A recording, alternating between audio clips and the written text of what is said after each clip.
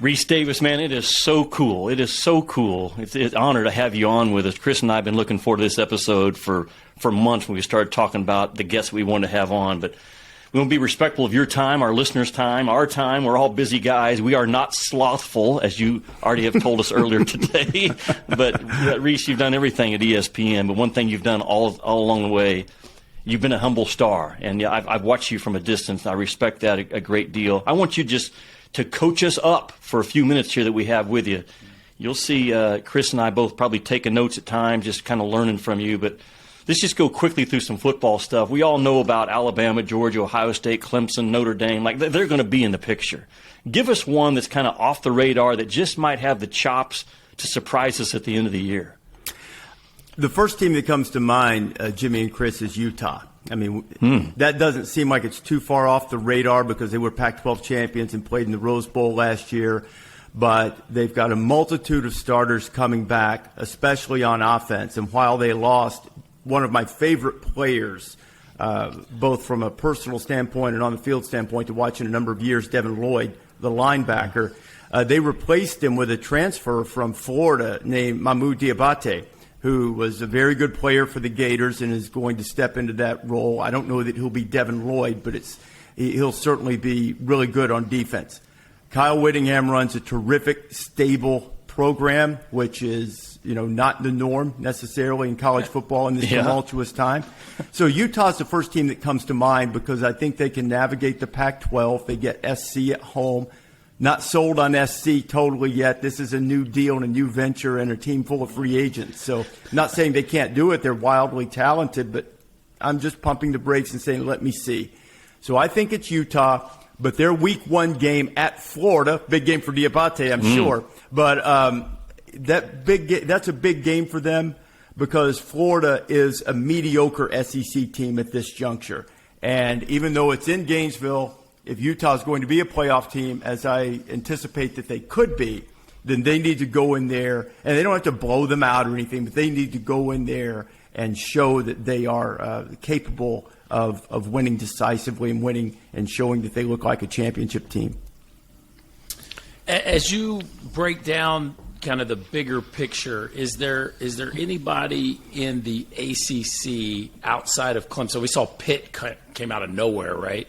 Last year won the ACC. Do you feel like Clemson reestablishes himself as the class of the ACC, or do you think it's somebody else? No, I think it'll be Clemson that wins the conference, Chris. I think they're the best team.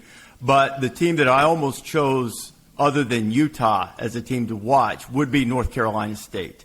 They've got a terrific quarterback, Devin Leary, coming back.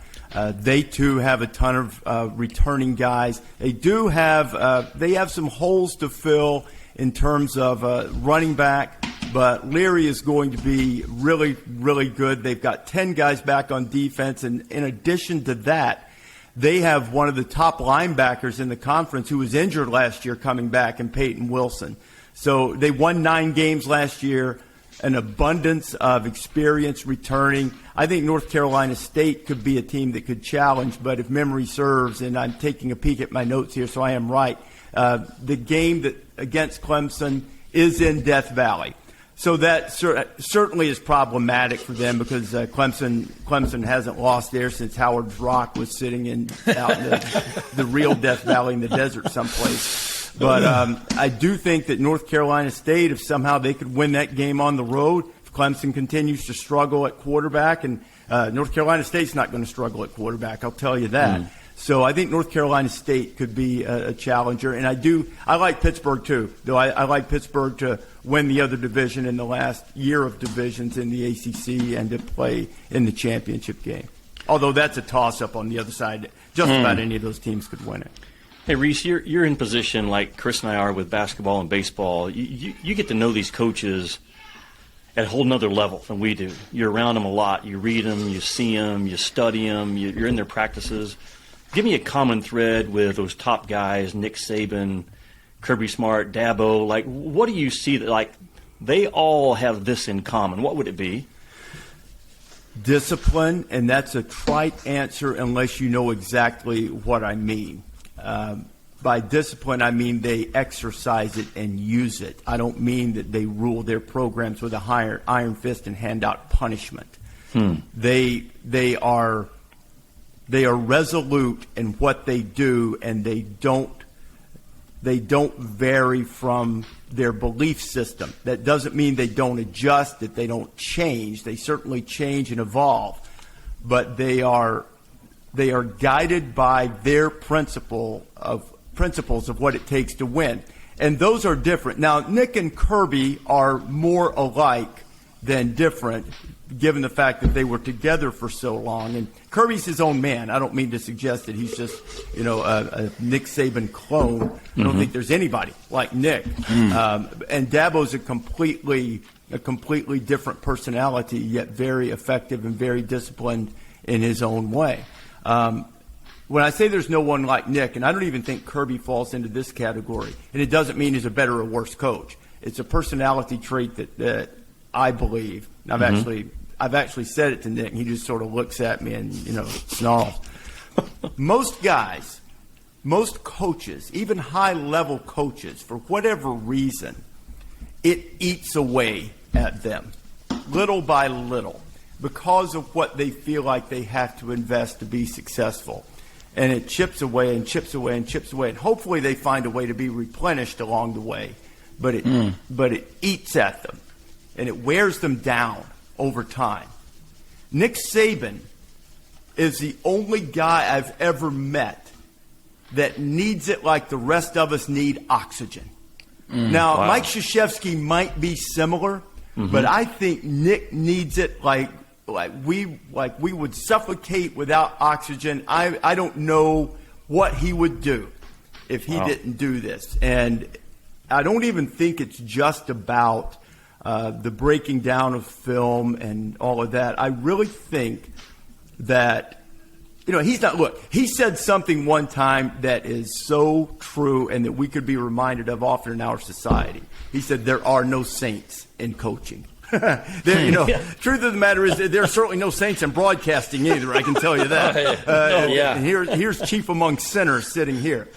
But I think sometimes we deify these guys, and we shouldn't do that. They're human beings. Yep. But his personality trait, he is predisposed to wanting to not only bring out the best in his team as a whole, but he's committed to the idea that this somehow helps them elsewhere. Now, people will scoff at that, and I'm sure there is some selfish motivation because that's not just a trait of Nick Saban or anybody else. Guys that are 6'2", 215, and run a 4.2, 840. They need a lot more patience than a guy like me that's too fat and runs a 7.8 40. I'm not going to get the same kind of love. You've gotten faster. Yeah, exactly. But I think that's the thread is they all have their belief system and they exercise discipline to keep the organization on that path no matter what. You made a couple things there that I think segue to my next question, which is a little bit broader about just kind of the industry of college football. This idea of being resolute in your priorities, but also being able to adapt.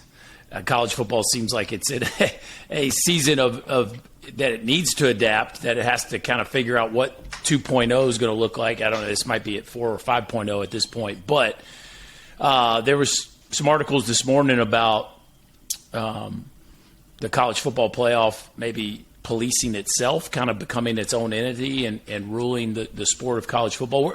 Where do you think that's headed, Rece? I know you're a thoughtful guy. I'm sure you've contemplated this a lot. Where is college football amongst the Power 5 schools headed? I think it's headed exactly there. Now, whether it will be the college football playoff as it's constituted now that becomes the governing body and the organizational body of the sport at the highest level, that remains to be seen. As we sit here, that seems most likely to me if there's going to be an organization other than the NCAA. But I think it's needed. I think it's time. College football has to govern itself, and they have to establish their guidelines. They have to find an effective way to collectively bargain with the players. Because I'm not a lawyer, but I've spoken to some, not just Billis. I've spoken Real to lawyers. some, and it seems to me because my inclination, actually, I went to see if I was right or wrong, and my inclination is the only way out of these endless lawsuits, antitrust, unfair labor restrictions, all that, the only way out is collective bargaining. Yeah. And that is probably also good for the players long term, because not only will they be able to share television revenue and all of those things at some level, they'll have to, in a bargaining process, they'll have to give up something. And that might be time periods in the transfer portal. It might be. I don't see where the universities are well equipped to make them employees, but probably something closely approximating that is really the only way out of it. And I'm kind of like you guys. We're all about the same age. I'm probably a little bit older than you guys, but I would love it if every player in college basketball, was able to go to school for 4 years, be in good shape financially, and really was there for the love of good old State U. Go team, rah-rah. Right. It's not the way it is, and the fact of the matter, guys, it's never been that way. So this is a big business. It's an industry, and we act like that's a bad word, and it's not. It just is. And hopefully it can be governed in an honest, ethical way that is beneficial from a business standpoint for all the partners involved, and that includes us, and also beneficial to the players, and something that is, and I don't know if the term guardrails that I hear a lot is really the right one, but just an organizational structure. Businesses need organizational structure, and that's what this is. It's a business, and the structure needs to be reconfigured in a way that it's not going to make everybody perfectly happy no matter what, but it needs to be organized in a way that is as good as it can possibly be, both for the schools and for the players. Yeah. Rece, you and I, we were blessed. One of the most memorable games I've done in my career, you and I did Duke at Louisville a few years ago. Phenomenal comeback by Duke on the road, and in that pregame practice, I was at that day, game. You're at the game, okay. I was at the game. My son and I left with 10 minutes to go when Duke went down 21 points or something. A lot of folks left. By the time we got on the highway, but it was a school night, to be fair. That's it was right. a school night. Yep. I'm not listening to that, Chris. I'm not listening to Reece, that. I live in Louisville, just so you don't know that. But okay. by the time we got to the highway. Are you a Louisville fan? No, I went to Tennessee. I'm a Vol. But, okay, all right. I'm going to give you some latitude. But I grew up a Dookie. Okay, Bobby Hurley was the first jersey I ever owned, so I was a wannabe Bobby Hurley. So anyway, my boys kind of, we kind of watched it. Anyway, I'm stealing Jimmy's thunder. But by the time I got on the highway, it was an 8-point game, and my son was not happy with me. So no, neither nor should he have been. Yeah. But to kind of set the story up, Duke was down 21 points with 9 minutes to go, I think, and came back and won in regulation. But my point for the broadcast that night, what I learned from it was Coach K, Rece, that earlier that morning told you and I there are times in a game that he doesn't know what to say. And I was knocked back by that because he's the all-time winningest head coach we've ever had. And I said, what do you do in those moments? He said, I only say positive things. And it really made an impact on my life that for 2 hours that I'm on the air, I'm very guarded with my words, as we all are. The other 22 hours I'm not on the air, maybe not guarded as much as I wish I was, and God convicts me of that when I'm not like that. But I want to hear from your perspective, Rece, kind of what, looking back on that night and the power of our words matter. What does that mean to you? When I hear that, Jimmy, one of my favorite, maybe my favorite book in the Bible is the book of James. Now, I've actually thought over the years, because I think I can have a tendency in my faith walk to feel like that, you need to follow, and you need to follow the guidelines in the roadmap, but that it's an instruction manual, so I have to remain convicted to go back to, not just go there. But James is a really good instruction manual, and it's a great benefit. And when it says, no man can tame the tongue, it's a restless evil full of deadly poison, that, and makes the analogy of the small rudder guiding the ship. What you say lingers. There was a Harvard study not long ago, or maybe it was long ago now, but that compare the impact of hearing something negative as opposed to hearing something positive. Now, sometimes we all need to hear something negative, but a mean-spirited thing, unfounded criticism, unfair criticism, that has, 7 times at least the impact of nice job or good job. And what Coach K said that night, when you're at your lowest, sometimes you need to hear positive things. Yep. I remember Lou Holtz said something to me once when we were in studio together, and Lou and I, have been close friends for a number of years. He said, sometimes when people need love and understanding the most is when they deserve it the least. And I think that it would be real easy in a situation like Duke was in, because they were a little lethargic that night up to about the 9-minute mark, for him to light into them. And that's what we as fans expect. Here comes Coach K. He's going to get into them now. It'll rally the troops. And, sometimes it does. But a lot of times your words can be more powerful if you take a step back and adopt a more positive outlook. If you look at something and, do it from a perspective of love. Now, that doesn't mean you're always soft. Sometimes you have to be direct. I mean, I'm also a fan of Jordan Peterson. And one of the rules for life is tell the truth or at least don't lie. And I think that's something that we all could adopt. But the spirit in which a message is delivered is huge. And I think that one of the things that we all struggle with is, especially when you're in the media, you want to have the funny comment. You want to be the guy who said something, even if you're not on the air, even if you're just in a meeting sometimes. And sometimes when we're trying to provide the proper example to those around us, keeping a bridle on that tongue is a challenge and a difficult thing. So what are the things we want to be coached up on and help other people coach them up on is this concept of doing life together. At the church I go to our men's ministry, one of our taglines for our men's ministry is encouragement and accountability. And we feel like every man needs that, every person needs that, but it's men's ministry, so we're always talking to men. Who is that for you? Coach me up. Who holds you accountable? Who encourages you personally in your life? The first one is someone that you'll all know, and that's David Pollock. David and I have that type of relationship. I often refer to him as the little brother I never wanted, but he is, aside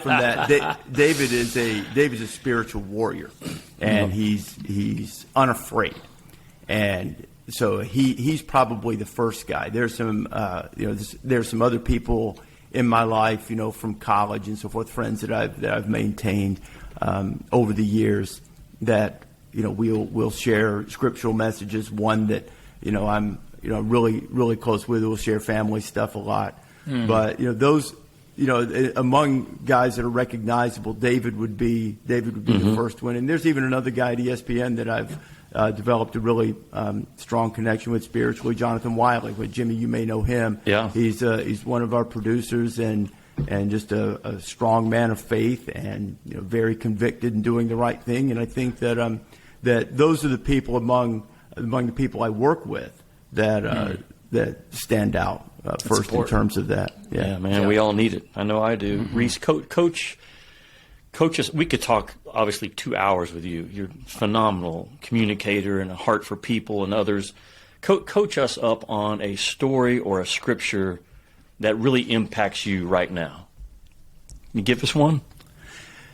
Yeah, I think the one I referenced, earlier is certainly one of them. But there's also a verse that's sort of important in my family.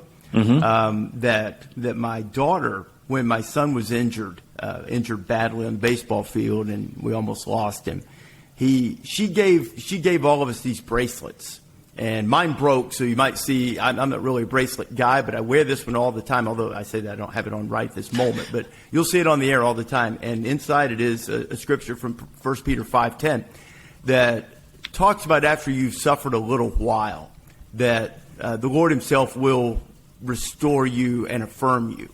And so I think we all think that we suffer sometimes, but that to me is not so much about the verse itself, which is talking about suffering in a spiritual context. In that case, in our family, that was an emotional one, and for my son, a physical one. But it's a reminder to me about perspective and about how all of these things that we are blessed to do, that I wanted to do since I was a little boy, since it became apparent in high school that I wasn't going to some long and illustrious playing career. I'm no Jimmy Dykes here, and so I wasn't going to be good enough to do that, and frankly probably didn't understand the type of effort that needed to be put into that, but I did understand this, and it's been wonderful, and it is wonderful, and I cherish it, and I'm grateful for it. It can be taken away in an instant, and it doesn't matter. At the end of the day, it is important because you can witness through the way you conduct yourself, and you can also, in a different way, pursuing something with excellence and giving everything you have to a goal to see what happens is worthwhile. Both from a spiritual standpoint and from a cultural standpoint and from an emotional health standpoint. When we start talking about people being weak and you shouldn't pursue these things and you shouldn't be aggressive. Well, then, what are they going to do? They're just going to say, well, why bother? Yeah. So there is virtue in pursuing these things from an earthly perspective.